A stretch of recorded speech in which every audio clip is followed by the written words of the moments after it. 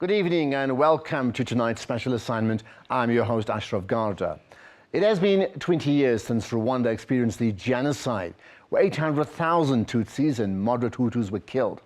Last week, we brought you a documentary that our team back then put together on the reasons behind the genocide, the scale of the devastation, and how it impacted the people as they tried to reconcile. In tonight's program, we focus on the worrying reports of wide-scale human rights abuses and the alleged suppression of dissent, reportedly by the Rwandan government and its agents, who are apparently sent across the world, where members of opposition parties say they are being hunted down by President Paul Kagame's agents to silence them. This documentary is produced by Busisiwe Ntuli and Cleopatra Jones. 20 years after 800,000 Tutsis and moderate Hutus were maimed because of politically driven ethnic cleansing, the memories of loss and violence remain etched in their minds. But the country sought reconciliation, unity and progress, however difficult it was. Today, President Paul Kagame's regime stands accused of turning against this vision. If I rejected that and I opposed that, would that mean that I'm a traitor? No.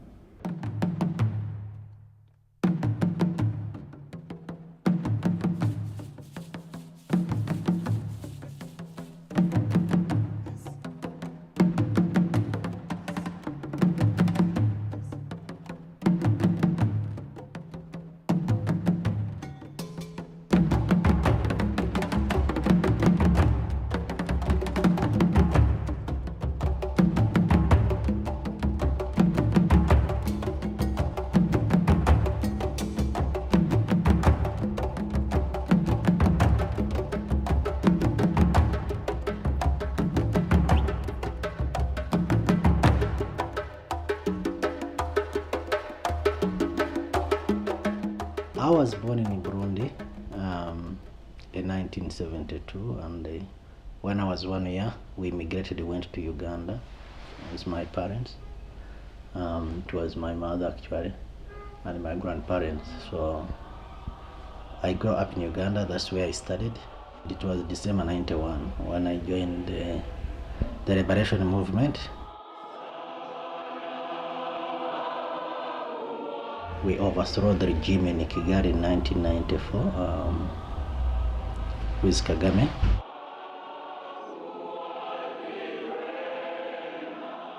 Born in exile, Kennedy joined the Rwandan Patriotic Army as a young boy, along with fellow Tutsis exiled since 1959, determined to take back the country from Hutu domination.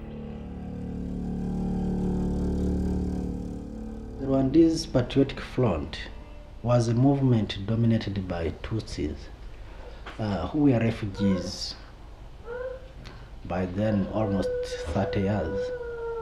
And the regime in Kigali by that time, which was the Hutu regime, they didn't want us Tutsis to come back. They were saying the country is small. So we had no another alternative. All we younger boys, we had to join and we liberate our country. He believes that their struggle was subverted after they successfully dislodged the Hutu-led government. The pillar for the whole movement was to liberate the country, unite the country, stop the problem of the refugees, reconciling the two tribes, the Tutsis and the Hutus. Today, Kennedy is once again living in exile, one of thousands of Rwandan nationals living abroad because they oppose the current regime of President Paul Kagame. He says his first show of opposition was when, after the war, he did not agree with decisions for them to go into Congo.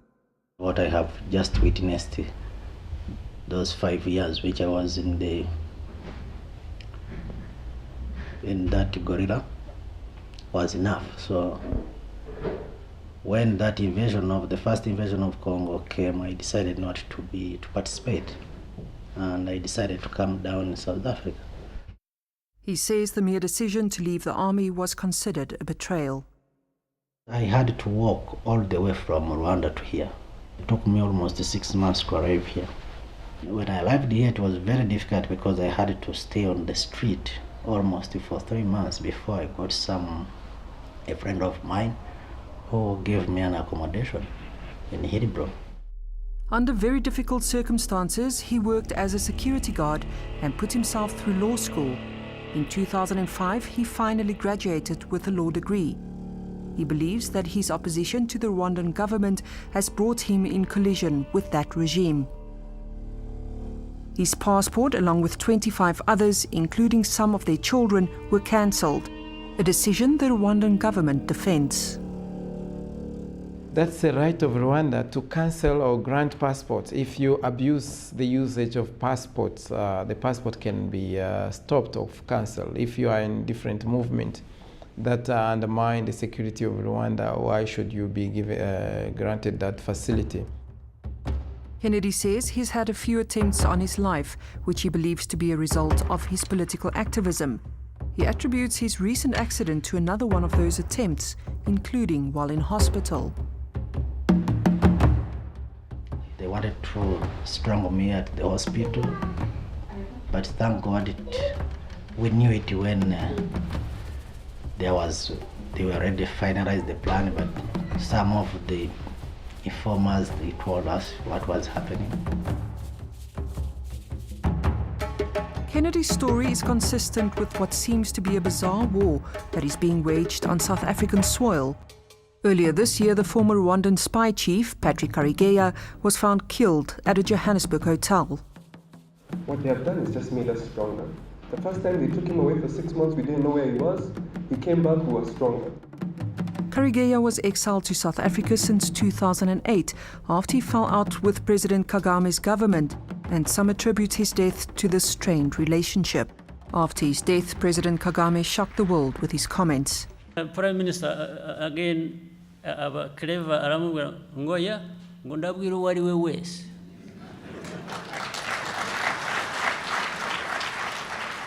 nibyo Prime Minister nanjye ndashaka kubwira uwo ari we wese Imana iduha kubaka, iduha ingufu zo kubaka, iduha kugerageza kubaka ibyiza, ariko iduha n'ingufu zo kubirinda.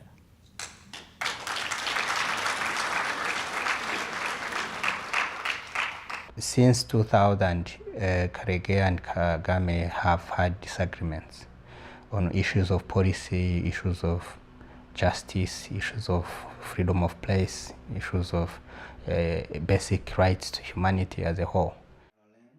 4 months later, the family is yet to come to terms with his death in the absence of its resolution. Here, David remembers his days in the army.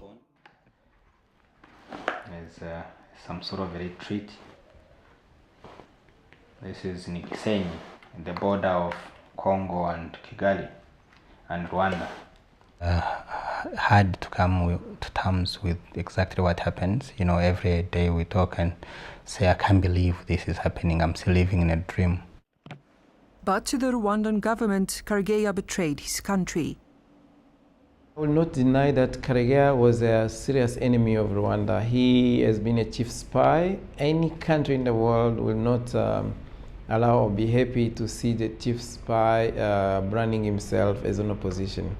However, I will not comment on his death. South African police should be better placed to comment on the death of Karegeya. I can indicate that suspects were identified. We have been working on the case for some time. And of course, those suspects are not in South Africa. And efforts are being made to have those suspects to come to South Africa to be brought to book. The divisions ran so deep, Karegeya's body could not be taken back home. We tried everything possible to take the body to Uganda. It never happened.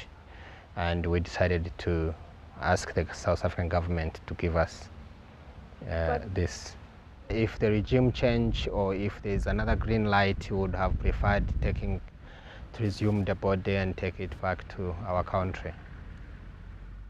In a moment, a high-profile attempted murder case, which could have serious implications for the Rwandan government, is currently being heard in the South African courts.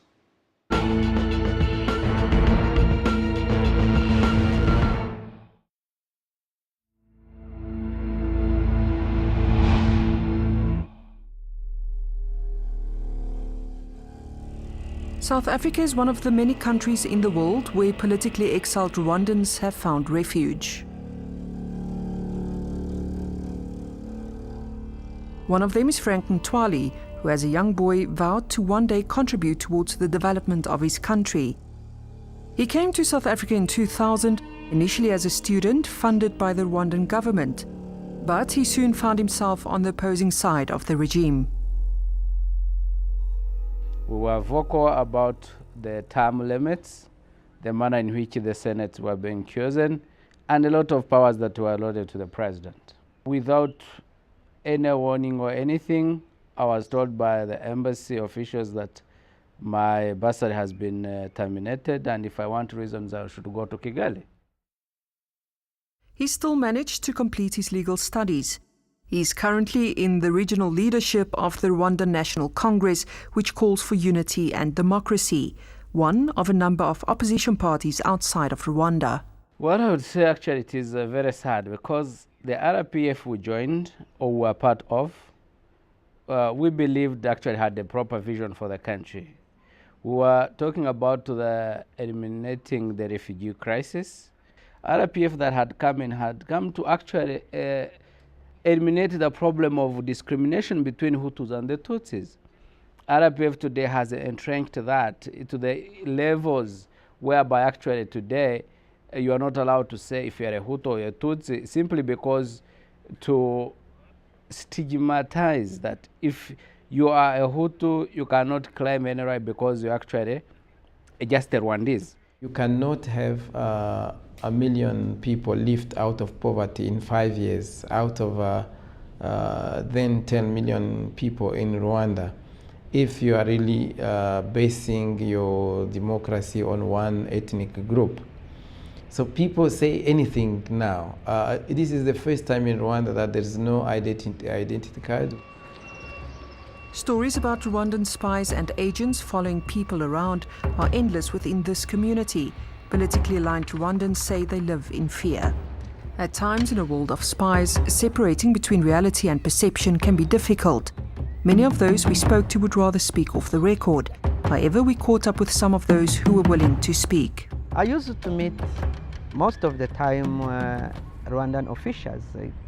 What most of that guy wanted from me is to provide him the addresses of Rwandan which are in opposition. Most of them he wanted people from ANC, which is Kanyumba Nyamwasa, Karegeya, Frank Ntwali, Emir, Ferdinand Barigira. He wanted to know where those people stay, where they like to go, especially where they like to drink. Yeah, he does offer. He does offer you some money. We also spoke to Jennifer Rwamugira, a PhD student who says she was also approached by government officials from Rwanda. They said they want me to work with them in South Africa as their agent, and what they want me to do, they want me to poison General Kayumba Nyamwasa and Colonel Patrick Karegeya, and if I can also poison Ntwali, Frank, and Emire, plus also Kenneth Gihana. She says she later informed the intended victims and the authorities. Early in the morning, I also received a call saying that they've sent me $500 US. I should go and get that money. I buy the handset and I buy different SIM cards so that I can be like inserting the SIM card, one SIM card a week and another SIM card another week. Then I keep on alternating. This is the receipt for about $530 US that she presented as proof of that transaction. Now she's worried about her security as well as her family's. A case that threatens to fracture an already fragile relationship between the South African and Rwandan governments is currently being heard in court. Kennedy Gihana is representing the complainant. General Kayumba Nyamwaza, an exiled Rwandan national and ex-army chief who has been in South Africa since 2010. A few weeks ago, he was nearly attacked at his home when a group of armed men entered his safe house. He, together with his family, were removed following an intelligence tip-off. This seems to have been the final straw for the South African government. Once you are accredited and given the status of a diplomat in a particular country, there are laws that you need to abide by. And once you are in violation of those laws, including the Vienna Convention, we don't have a choice but to send you back home. That's what we did after an attack on the safe house where General Nyamwasa is being kept. The investigation by the security agencies in South Africa pointed them to certain individuals who would have been part of the people that planned and coordinated that attack. Now, you would understand that any country would deem that to be a very serious offense because it touches on our sovereignty, on our territorial integrity. The motive of for them to be expelled was not detailed. To tell us that those diplomats went there with guns or sent people with guns.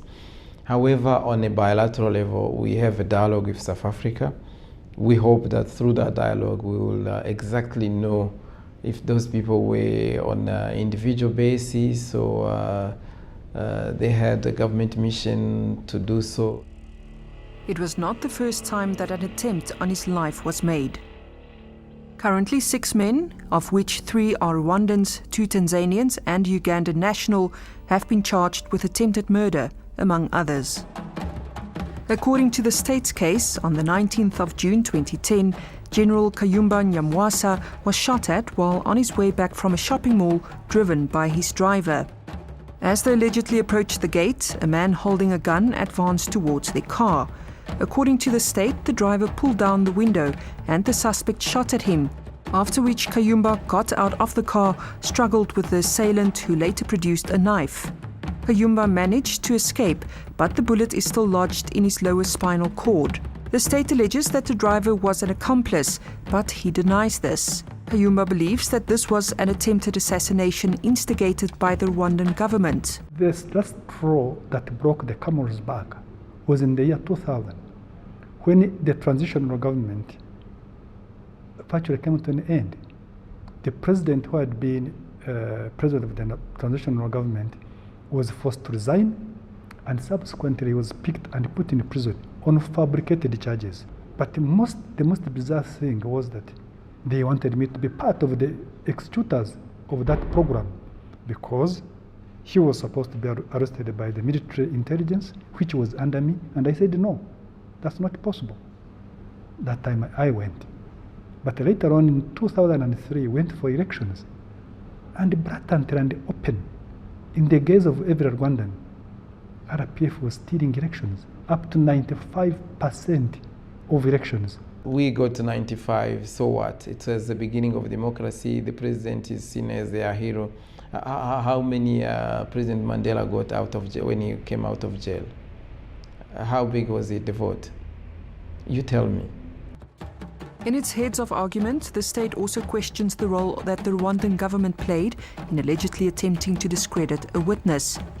The apparent role of an embassy employee was also questioned. The Rwandan government has appointed a local legal firm, Van der Merwe and Associates, to observe the trial and report back to it in any matter that could be of interest. So is Rwanda a democracy? Find out after this.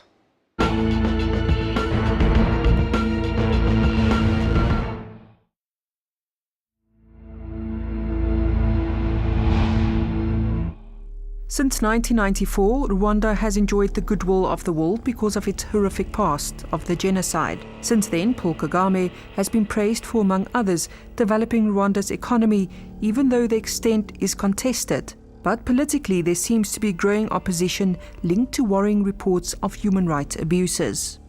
It's a police state whereby nobody talks, nobody criticizes, nobody associates with a person who is not approved by government. Nobody moves out of the country and go wherever he wants to go without reporting anywhere. Everybody is spying on the other. We got a constitution that tells us how to govern Rwanda, taking into account factors that destabilize the society and preventive measures for the future. So in some of our safeguarding measures, other classical democracies will not see us as an open society. In 2012, Amnesty International released a report titled Shrouded in Secrecy, in which it detailed wide-scale human rights abuses by the Rwandan military intelligence in the country, especially towards the country's 2010 elections.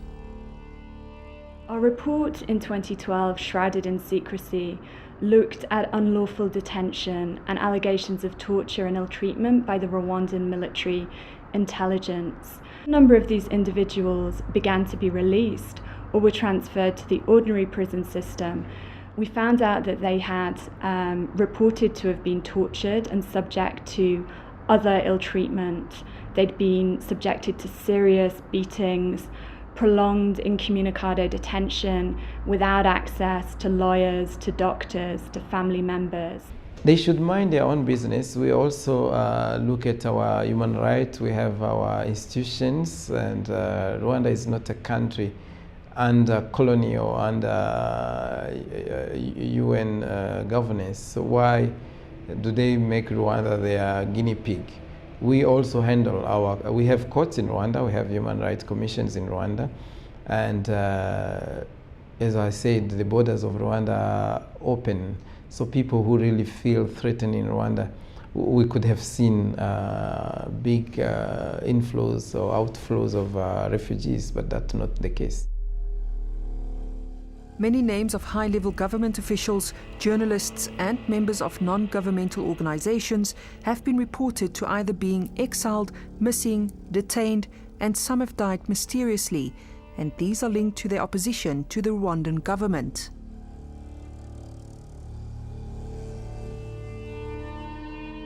We have a Human Rights Commission in Rwanda. If you take Rwanda compared to other African countries, and you count the violence in the country and how it is controlled by the police, you'll find that it is the least violent country in the continent. So we wonder where these reports come from. I think there is a lot of attention paid to Rwanda. When they say large scale, can they number the people and can they demonstrate circumstances of their death? The Rwandan government has declared General Kayumba Nyamwasa, Colonel Patrick Karegeya, Dr. Theogene Rudisingwa and Dr. Gerald Gahima enemies of the state, and they were sentenced to 24 and 20 years jail terms, respectively, in absentia. If you are charged in absentia, you can respond by bringing in a lawyer to make your case, to discuss the charge if it is too high. So nothing has happened. So they probably know what they did and they want to play politics internationally and attract sympathy for those who don't know their history and what they did in Rwanda, and they don't care about their own case. If I say you want to change the constitution and stand for a third term, and he calls me a traitor. If I say, why are you killing Rwandans? He calls me a traitor. I say, why are you stealing elections? And he calls me a traitor. That's not what should be done. I am opposing the betrayal of the original ideals of the RPF. Meanwhile, life goes on for the Rwandan exiles. As they remember what life used to be, they also imagine what it can be. In the meantime, they try to live as normal a life as possible, such as starting families, in the hope that one day they will return to their country.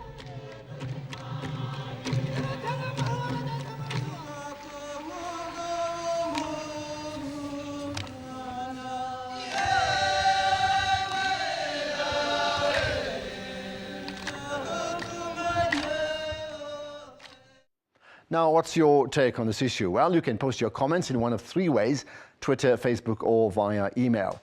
And that's it for tonight. Thank you for watching. Do tune in again next week when we continue to point out the issues that matter.